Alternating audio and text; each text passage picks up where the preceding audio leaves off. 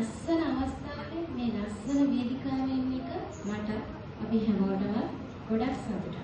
Bridal show එකක් කියන්නේ ලස්සන ආඩම්බර මතක රසක් එකතු කරන විශේෂ අවස්ථාවක්. අද මේ වේදිකාවේ දකින්න තියෙන්නේ ලස්සන ඇඳුම්, ලස්සන සිනාවන් සහ විශ්වාසයෙන් ඉදිරියට යන ගැහැණු ළමයි පිරිසක්. නමුත් මේ හැම දෙයක්ම පිටිපස්සේ එක් විශේෂ පුද්ගලයෙක් ඉන්නවා. ඒ තමයි අපේ ආදරණීය ගුරුතුමනි. මිස් අපිට මේකප් එකක් දාන හැටි විතරක්, ඩ්‍රෙසින් එකක් කරන හැටි විතරක් කියලා දෙන්නේ නැහැ. තමන්ව විශ්වාස කරලා කොහොමද ඉදිරියට යන්නේ? තමන් විශ්වාස කරලා කොහොමද ඒ ගමන යන්නේ කියන එක, තමන්ගේ හීන වලට හඹා යන්නේ කොහොමද කියලා මිස් අපිට කියලා දුන්නා. මුලින්ම මම මේ පන්තියට එනකොට පොඩි බයක් තිබුණා. මට මේක පුළුවන් වේද? අනේ මට මේ දේ ඉගෙන ගන්න පුළුවන් වේද කියලා මට හිතුණා. ඒක මේ සෑමතිස්සෙම එක දෙයක් කියලා. ඔයාලට පුළුවන්. ඔයාලා මේක කරන්න. ඒක මට විතරක් ඒ දේවල් කිව්වේ නැහැ.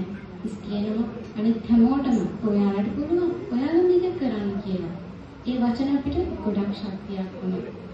මම මේ ක්ලාස් එකට ආපු පළවෙනි දවසේ ඉඳන් අද වෙනතුරු මම ගත්ත දැනුම අත්දැකීම් බහුලයි. මම හිතනවා අද මම හොඳ මට්ටමක ඉන්නවා කියලා.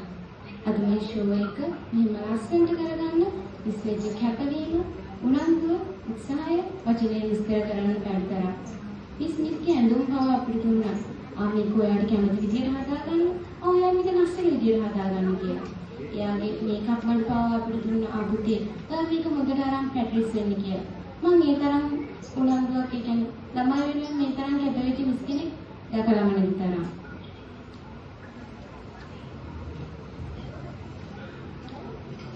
හැමතිස්සෙම කියන්නේ පුතේ අපි මේක කොහොම හරි කරමු කියලා. මේක කරන්න ඇතිවෙච්ච බාධා එමටයි.